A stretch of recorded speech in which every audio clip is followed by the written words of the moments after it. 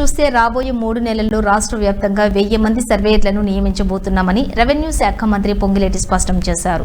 గ్రామాల్లో ఉన్న భూ వివాదాలను పరిష్కరిస్తామన్నారు. రాష్ట్రంలో పోడు భూముల సమస్య ఉన్నమాట వాస్తవమేనన్న మంత్రి భూభారతి చట్టం ద్వారా భూ వివాదాలు పరిష్కరిస్తామన్నారు. అంతర్రాష్ట్ర భూ వివాదాలకు పరిష్కార మార్గం కూడా కనుగొంటామన్న మంత్రి పొంగిలేటి ప్రజలకు ఇబ్బందులు లేకుండా చూస్తామని హామీ ఇచ్చారు.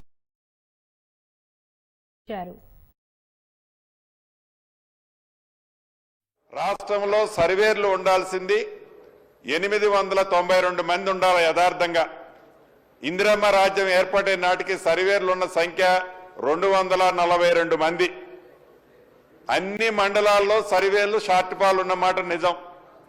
దీని మీద ఈ రాష్ట్రంలో ఇమ్మీడియట్లీగా వీలైనంత తొందరలో 1000 మందిని సర్వేర్లను అయితే మనం ఏర్పాటు చేసుకోవాల్సిన అవసరం ఉందని గౌరవ ముఖ్యమంత్రి గారు సూచించారు.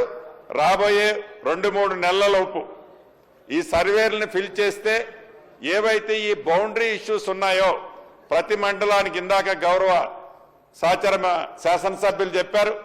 ఆ సైజును బట్టి ఆ మండల సైజును బట్టి ఒక సర్వేరినా 2 సర్వేరినా అక్కడ అపాయింట్ చేసి తప్పకుండా న్యాయంగా అడిగే, అంటే అక్కడ సమస్య కూడా అంతే ఉంది. గ్రామాల్లో ఎప్పుడైతే ఆవిడ పడుతుందో ఇది మాదని ఫారెస్ట్ వాళ్ళు వచ్చి దుంతారు.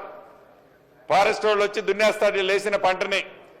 ఏదైతే పోడు భూములు పట్టాలుంటాయి, పోడు భూములు పట్టాలున్నా కూడా ఫారెస్ట్ వాళ్ళు నీ పోడు భూమి ఏడలేదు అక్కడెక్కడో ఉందంటాడు. సమస్య ఉన్నమాట నిజం.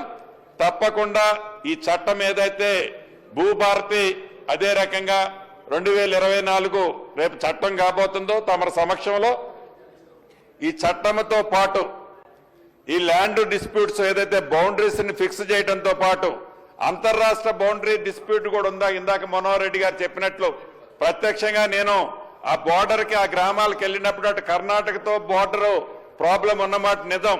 అది గౌరవ ముఖ్యమంత్రి రేవంత్ రెడ్డి గారి దృష్టికి కూడా తీసుకెళ్తే ఇమీడియట్లీగా అక్కడ సిఎస్ తో మాట్లాడారు.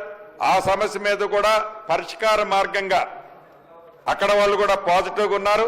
దాన్ని కూడా ఆ స్టేట్ బోర్డర్ ని డిమార్కేషన్ చేసే దాంట్లో కూడా గతంలో విస్మరించిన ఈ ప్రభుత్వం ఆ సమస్యలన్నింటినీ శ్రద్ధతో ప్రజల కష్టాలు పడకుండా ఉండే విధంగా ఈ ఇందిరమ్మ ప్రభుత్వంలో చర్యలు తీసుకోవడం జరుగుతుందని ఈ సభలో ఉన్న సభ్యులందరికీ తెలియజేయడం జరుగుతుంది.